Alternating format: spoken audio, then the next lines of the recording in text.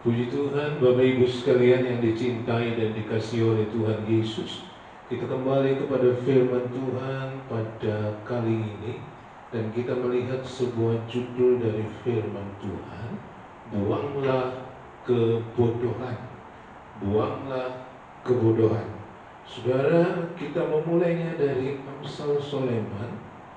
Amsal Soleman pasal yang ke-9.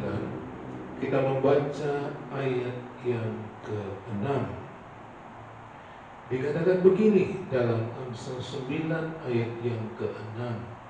Buanglah kebodohan, maka kamu akan hidup, dan ikutilah jalan pengertian.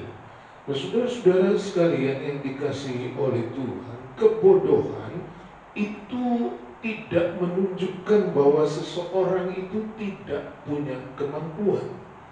Kebodohan tidak menunjukkan bahwa seseorang itu memiliki kelemahan. Tetapi saudara, kebodohan itu adalah bentuk sikap atau respon yang meremehkan. Bentuk sikap atau respon yang merendahkan, tidak menghargai kebenaran. Jadi kebodohan bukan selalu menunjukkan bahwa orang itu tidak punya hikmat, tidak punya kemampuan, tidak punya kesanggupan. Tetapi kebodohan adalah sikap atau respon yang sepertinya meremehkan, merendahkan, tidak menghargai kebenaran. Itu sebabnya dikatakan di dalam ayat itu, buanglah kebodohan, maka kamu akan hidup. Artinya saudara-saudara, ada sebuah kehidupan yang seharusnya bisa dinikmati. Ada sebuah perjalanan dengan pengertian yang seharusnya bisa dinikmati. Tetapi karena kebodohan, sikap atau respon yang merendahkan, yang tidak menghargai kebenaran, membuat mereka kehilangan atau tidak dapat ada di dalam kehidupan yang sudah ada itu. 2 Timotius pasal yang kedua ayat yang ke-23 menulis begini. 2 Timotius 2 ayat 23. Hindarilah soal-soal yang dicari-cari, yang bodoh dan tidak layak. Engkau tahu bahwa soal-soal itu menimbulkan pertengkaran. Lihat saudara, seperti dicari-cari, mencari-cari kelemahan, mencari-cari alasan-alasan sehingga menolak untuk ada di dalam kebenaran. Dicari-cari. Itulah bentuk kebodohan, saudara. Ketika sebuah pernyataan kebenaran disampaikan, ketika sebuah kehidupan dinyatakan, ditunjukkan kepada saudara dan saya. Tetapi ketika orang-orang tertentu mencari-cari alasan, mencari-cari pembenaran, itulah bentuk kebodohan. Tidak merespon dengan baik akan apa yang sudah diberikan itu. 1 Samuel 13 ayat yang ke-13, kita lihat yang lain saudara. 1 Samuel 13 ayat yang ke-13, kata Samuel kepada Saul, perbuatanmu itu bodoh, engkau tidak mengikuti perintah Tuhan Allahmu yang diperintahkannya kepadamu.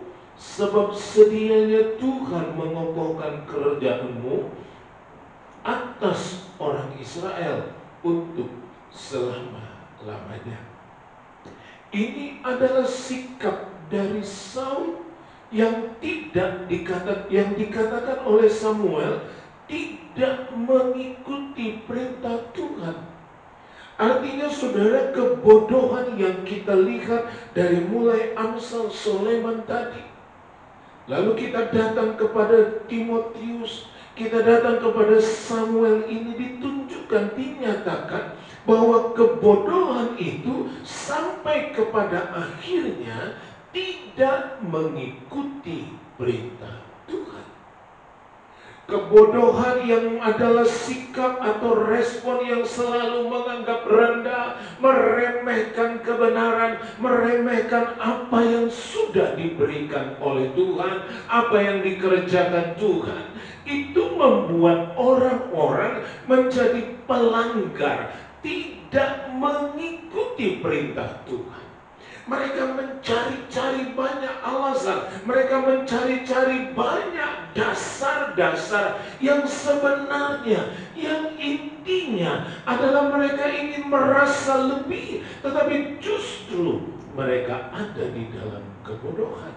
Dan sikap-sikap itu sampai kepada puncaknya, seperti yang dilakukan Saul, tidak mengikuti perintah Tuhan.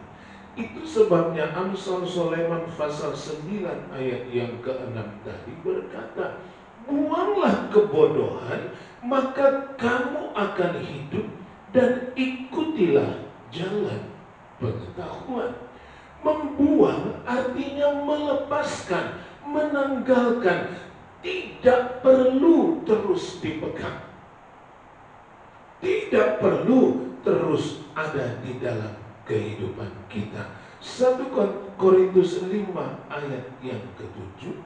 1 Korintus 5 ayat yang ke-7 dikatakan begini, buanglah ragi yang lama itu, supaya kamu menjadi adonan yang baru, sebab kamu memang tidak beragi, sebab anak domba Paskah kita juga telah disembelih, yaitu Kristus.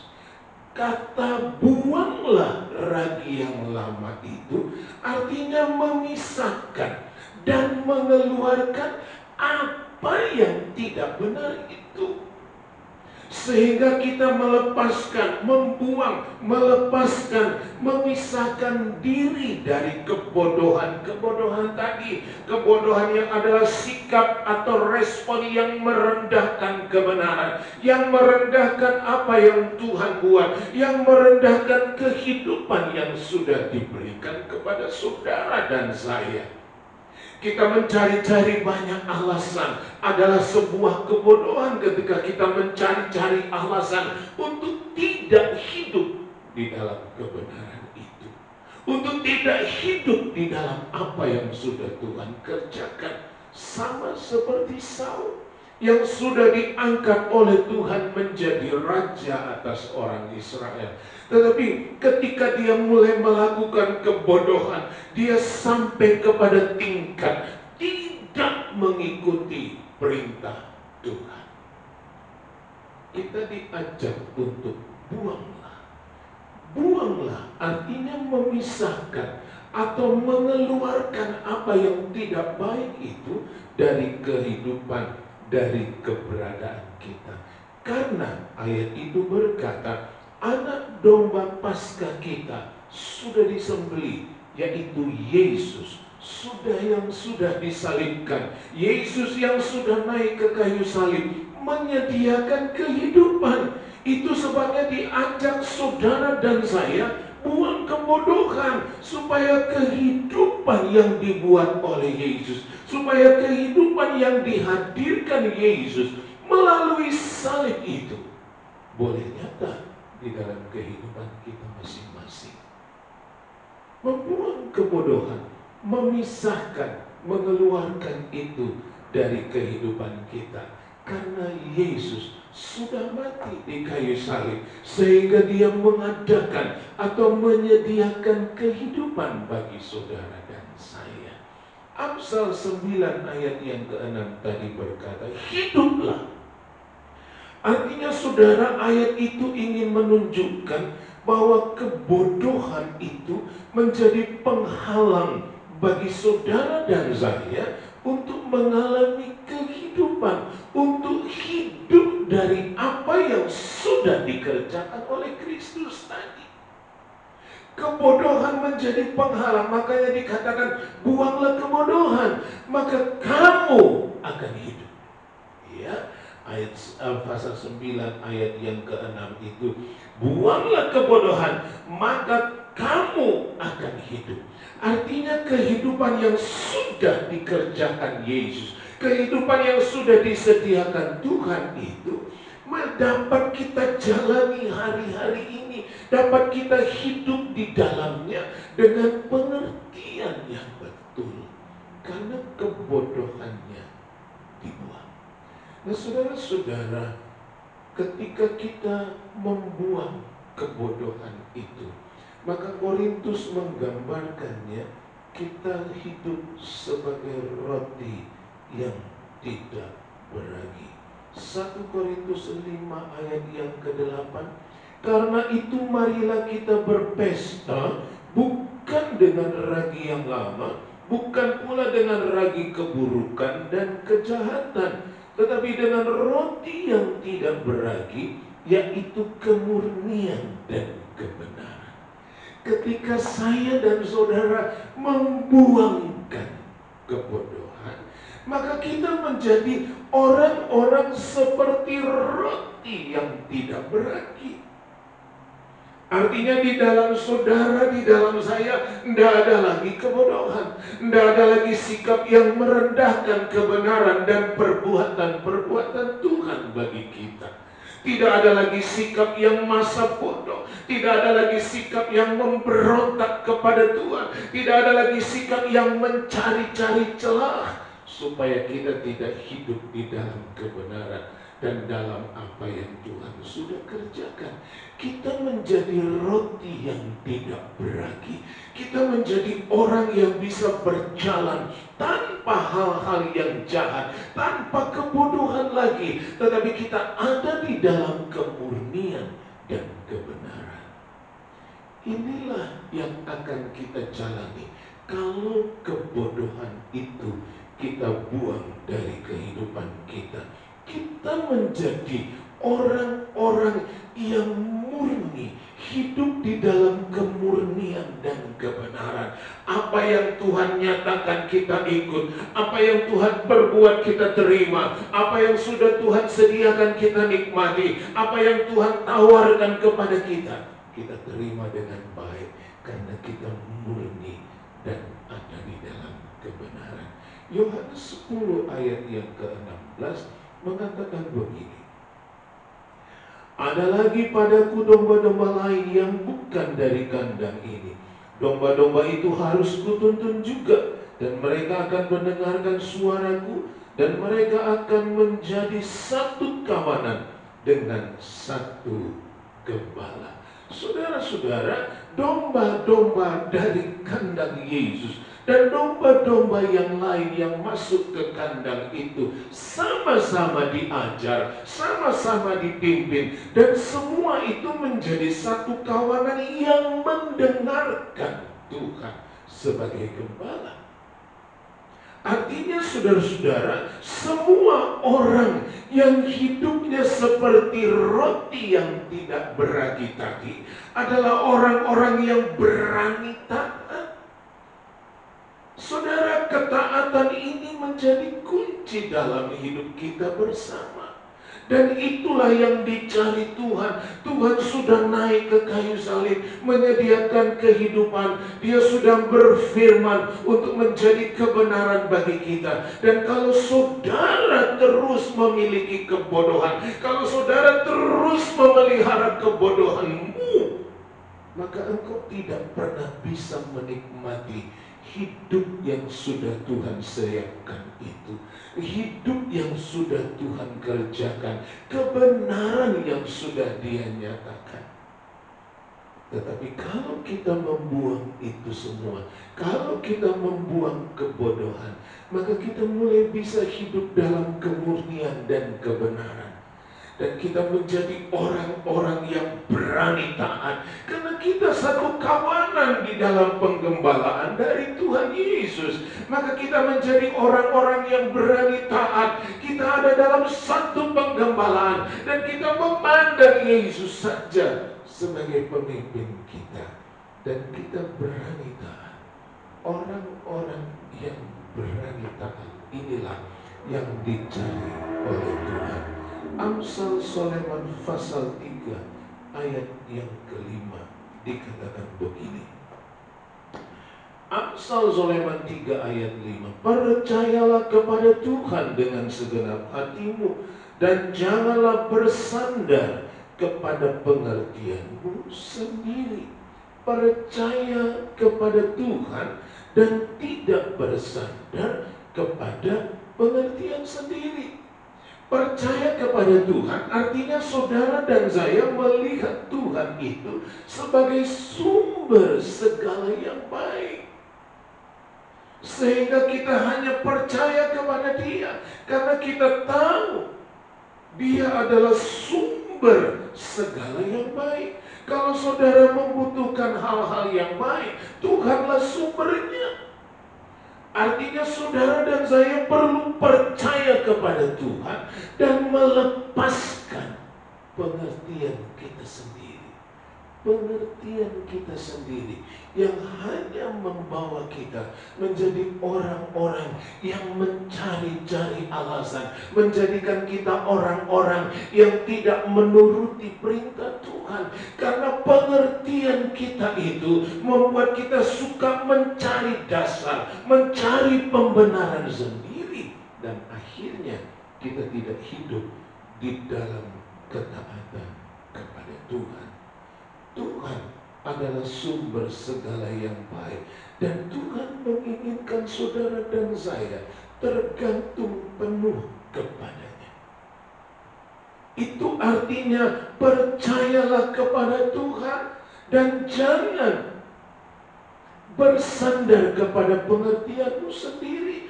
Tuhan menginginkan saudara dan saya hanya bergantung kepada Dia. Kita hanya memiliki ketergantungan kepada Tuhan saja. Itu yang menjadi keinginan Tuhan.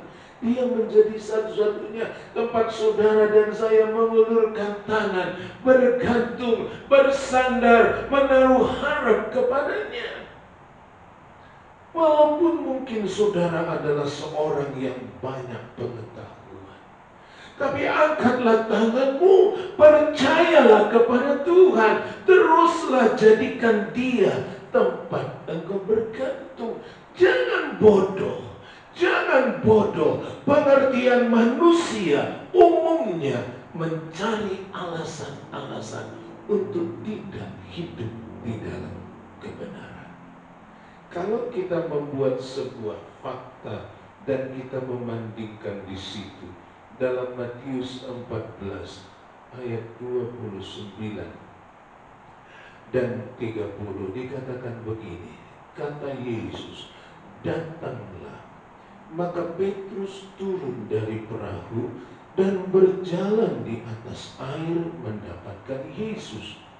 Tetapi ketika dirasanya tiupan angin, takutlah ia dan mulai tenggelam, lalu berteriak, Tuhan, tolonglah aku. Ayat 29 itu memperlihatkan ketika Petrus berkata kepada Yesus, kalau itu engkau Tuhan, suruhlah aku datang kepadamu. Dan Yesus berkata, datanglah. Dan Petrus turun dari perahu yang sedang ada di tengah gelombang, yang sedang menghadapi angin itu. Tapi matanya dia terus tinggal memandang kepada Yesus. Dia sangat bergantung kepada Yesus. Dia ada dalam sikap seperti itu. Maka dia berjalan di atas air. Saudara, kalau kita mengulurkan tangan dan bergantung kepada Tuhan, maka Tuhanlah yang mengangkat saudara, maka Tuhanlah yang menarik engkau sehingga engkau bisa berjalan mengatasi gelombang dan angin yang ada di tengah kehidupan ini. Saya dan saudara hidup di tengah-tengah dunia yang sedang bergejolak ini. Ada banyak hal yang terjadi di dunia ini. Begitu cepat, begitu kelihatan sekali, sepertinya tiba-tiba. Dan saudara, kalau saudara tidak bergantung kepada Tuhan, seperti Petrus yang menggantungkan perjalanannya di dalam Yesus, maka tangan Tuhan itu itu yang akan menarik saudara, seperti saudara berjalan di atas gelombang dan angin itu. Petrus ada seperti itu. Tetapi di ayat yang ke-30 dikatakan, tetapi ketika dirasanya tiupan angin, takutlah ia dan mulai tenggelam. Ketika tidak lagi ketergantungan kepada Tuhan, Petrus mulai merasakan angin. Petrus mulai merasakan tiupan angin. Dan itu memecah dia, memecah ketergantungannya kepada Tuhan. Dan di saat ketergantungan itu mulai terlepas, maka dia mulai tenggelam. Lihat baik-baik saudara, ketika tangan kita terus berpegang kepada Tuhan, mau gelombang, mau angin, mau apa saja yang ada, kita terangkat dan kita bisa melewatinya dengan baik. Tetapi begitu kita mulai merasakan, ketika kita mulai berjalan dengan pengertian kita sendiri, waduh, ini terasa ada angin, ini terasa seperti ini, saudara menjadi orang-orang yang mulai tenggelam. Dan saudara-saudara, itulah yang sedang banyak dihadapi oleh kita anak-anak Tuhan pada hari-hari ini. Bagaimana keadaan itu cepat sekali berubah. Dan itu seringkali membuat kita berpikir, saya ini bagaimana? Saya tergantung seperti ini. Dan kita mulai merasakan angin, kita mulai merasakan gelombang, dan kegentaran itu mulai timbul. Lalu mulailah kita terjatuh tenggelam. Saudara, tidak ada orang yang tidak punya masalah. Tidak ada orang yang kebal terhadap angin yang bertiup itu. Tetapi kita harus punya keyakinan, kita harus semakin erat berpegang kepada Tuhan. Ketika angin itu kita rasakan, mari perkuat tangan kita menggenggam tangannya Tuhan. Biar kita boleh merasakan bagaimana tangan Tuhan itu mengangkat saudara melewati angin yang kencang, melewati gelombang yang besar, melewati ombak-ombak yang mungkin membuat saudara gemetar. Tapi kalau tanganmu terus ada bergantung kepada Tuhan, engkau akan melewati semuanya dengan baik di dalam kemurahan Tuhan. Saudara, kita melihat sebuah gambaran yang sangat perlu kita cermati. 1 Samuel pasal yang ke-17 ayat 38. Lalu Saul mengenakan baju perangnya kepada Daud, ditaruhnya ketopong tembaga di kepalanya, dan dikenakannya baju zirah kepadanya.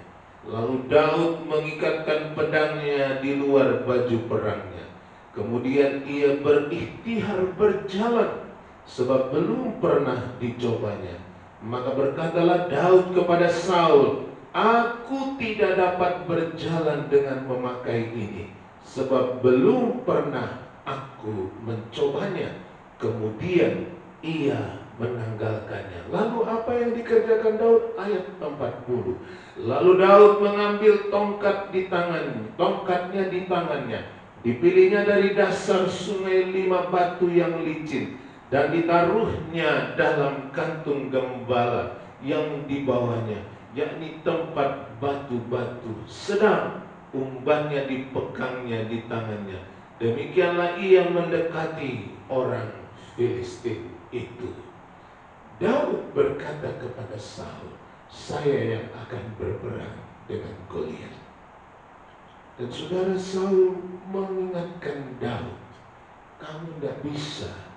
Dia dari muda sudah jadi tentara, sementara kamu baru saja.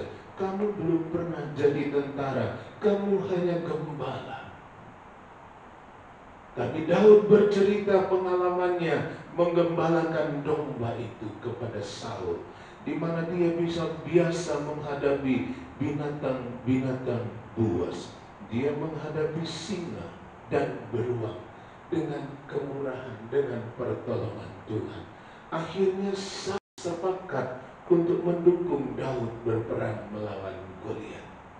Tetapi Saul mencoba menawarkan pakaian perangnya kepada Daud. Dikenakannya baju zirah, dipakaikannya ketopong tembaga di kepalanya, lalu diikatkan pedang di luar pakaian itu. Dan ketika Daud mencoba untuk berjalan dengan pakaian Saul itu, dia tidak dapat berjalan. Saudara, ada banyak Saul yang akan menawarkan solusi-solusi yang akan mencoba mempengaruhi kita untuk bergantung kepada Tuhan, menawarkan baju zirah, menawarkan ketopong, menawarkan pedang. Ini pedang dengan kekuatan luar biasa, ini pedang yang sudah mengalahkan banyak raja-raja, tetapi itu menghalangi Daud untuk berjalan. Akhirnya Daud melepas semua itu, dan dia hanya memakai tongkat gembalanya. Lalu dia mengambil batu dikali 5 batu dan pengumbannya. Pengumban itu adalah seperti ketapel pelontar batu itu. Kemudian dia mendatangi Goliat dan berkatalah Daud kepada Goliat, "Aku mendatangi engkau dengan nama Tuhan Allah orang Israel, Allah yang hidup, Allah yang berkuasa." Saudara, sangat sederhana. Dia hanya membawa tongkat dan batu kali, tapi ketergantungannya kepada Tuhan itu membuat dia bisa menewaskan Goliat. Bisa dibayangkan kalau Daud maju dengan pakaian yang ditawarkan Saul, bergerak pun dia tidak bisa, berjalan pun dia tidak mampu karena tidak biasa. Tewaslah Daud. Banyak orang akan tewas ketika dia berjalan dengan pengertian, dengan hikmat, dengan kekuatan manusia. Banyak orang akan gagal, banyak orang akan binasa, banyak orang akan ketinggalan, banyak orang akan hilang ketika dia tidak tergantung kepada Tuhan. Pengalaman Saul dan Daud ini biarlah menjadi contoh bagi saudara dan saya. Pertahankan ketergantungan kepada Tuhan. Daud yang sehari-hari biasa bergantung kepada Tuhan, sehingga dia bisa menghadapi singa dan beruang yang mengganggu dia dalam menggembalakan domba-dombanya. Dia alami lagi ketika dia berperang dengan Goliat. Bisa dibayangkan kalau dia nekat memakai pakaian perang Saul, binasalah dia. Dan hari-hari ini saudara dan saya, mari kita buang kebodohan itu. Jangan suka mencari-cari alasan.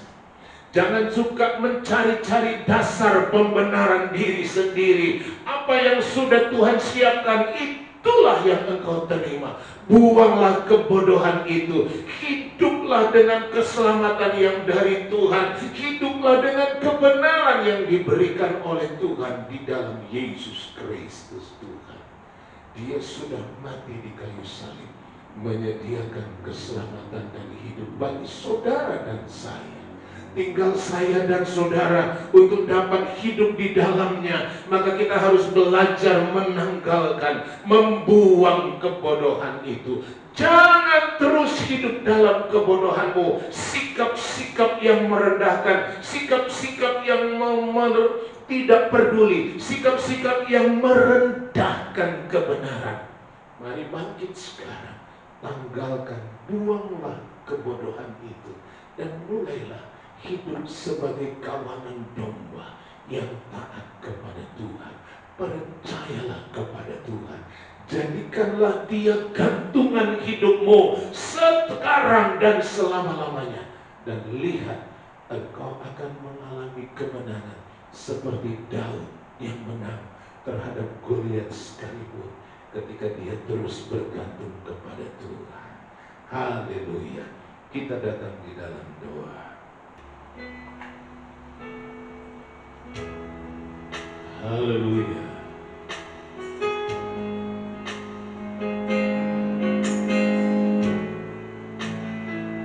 Oh Tuhan.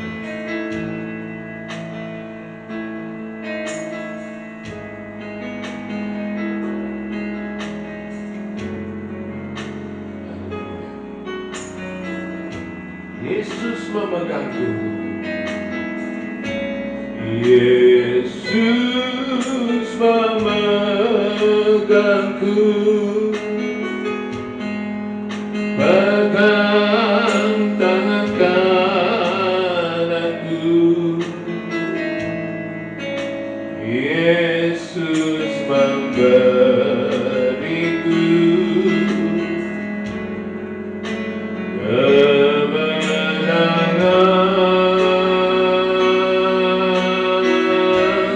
Yesus memegangku. Pegang tangan kananku. Yesus memberiku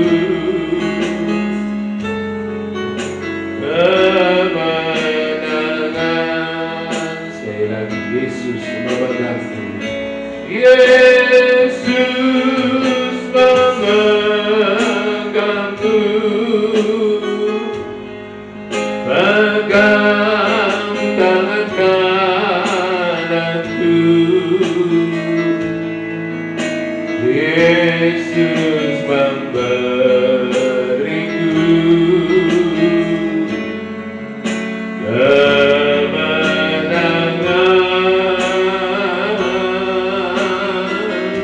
Yesus memegangku. Pegang tangan kananku. Yesus memberiku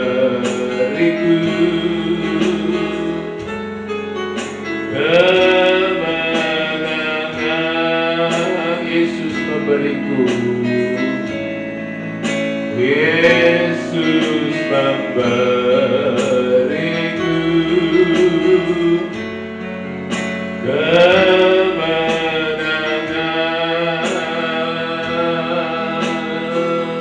Tuhan Allah dan Juru Selamat kami, itulah Tuhan Yesus Kristus. Bersyukur kami untuk firman-Mu yang kami dengar kali ini Tuhan. Kami mau belajar Tuhan menanggalkan, membuangkan kebodohan-kebodohan yang selama ini ada dalam hidup kami. Kebiasaan kami merendahkan kebenaran. Kebiasaan kami Tuhan mencari-cari alasan.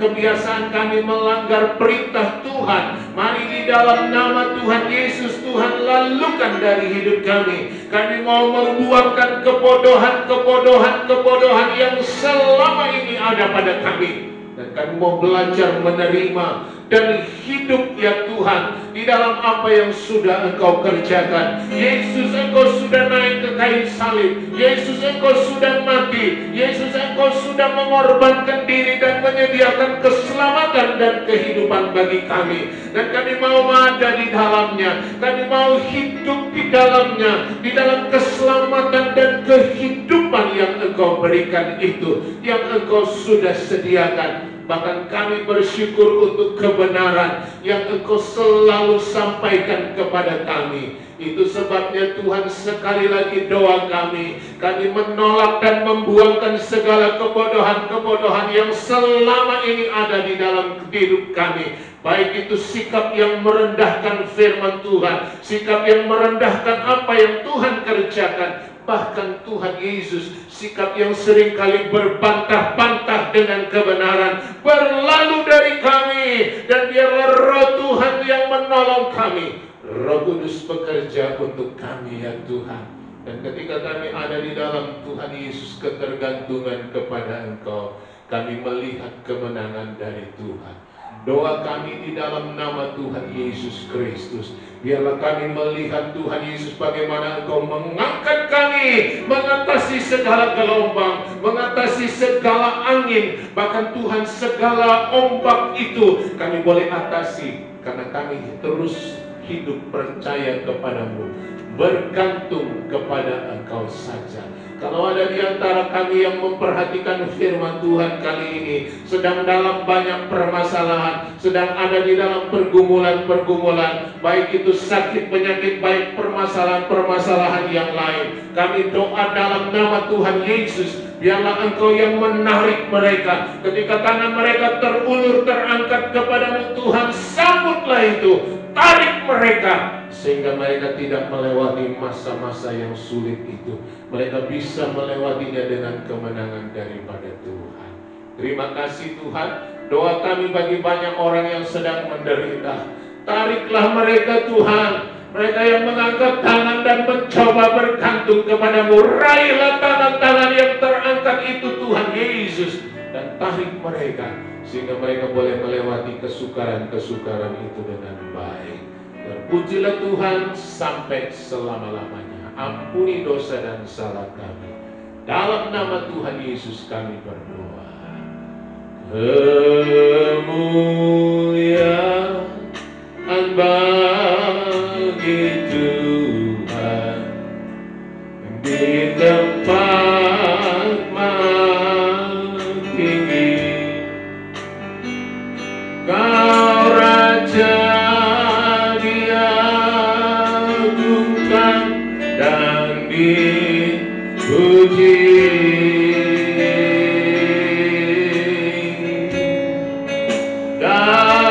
Datanglah kerajaanmu, jadilah kehendakmu. Seluruh bumi penuh kemuliaan-Mu. Kami berdoa bagi bangsa dan negara kami Tuhan. Situasi yang sedang terjadi di bangsa dan negara kami, ada pandemi COVID yang sementara Tuhan Yesus terjadi. Sudah banyak Tuhan Yesus saudara-saudara kami yang Tuhan terpapar COVID ini. Bahkan ada beberapa orang yang sudah menjadi korban. Tuhan Yesus tolonglah, berikanlah kemenangan kepada bangsa kami ini. Beri hikmat kepada pemerintah kami, mulai dari Bapak Presiden kami Bapak Joko Widodo sampai ke seluruh perangkat dan aparatnya, sampai di tempat kami ini ya Tuhan. Engkau memberi hikmat supaya dapat mengelola semuanya ini, sehingga pandemi ini dapat segera berlalu dari bangsa dan negara kami. Warga negara kami boleh diselamatkan dan melihat kemurahan Tuhan. Bersyukur untuk vaksinasi yang sudah mulai berjalan. Mari Tuhan Yesus tolonglah supaya dengan vaksinasi ini semakin ditekan Tuhan Yesus COVID ini, sampai berlalu dari tengah-tengah bangsa dan negara kami ini Tuhan.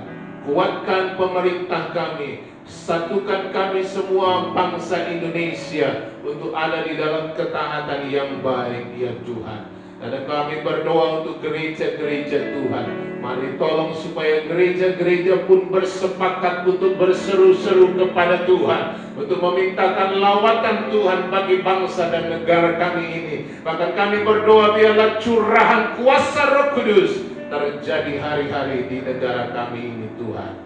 Terpujilah Tuhan sampai selama-lamanya. Bersyukur untuk firman Tuhan yang boleh kami sama-sama perhatikan hari ini.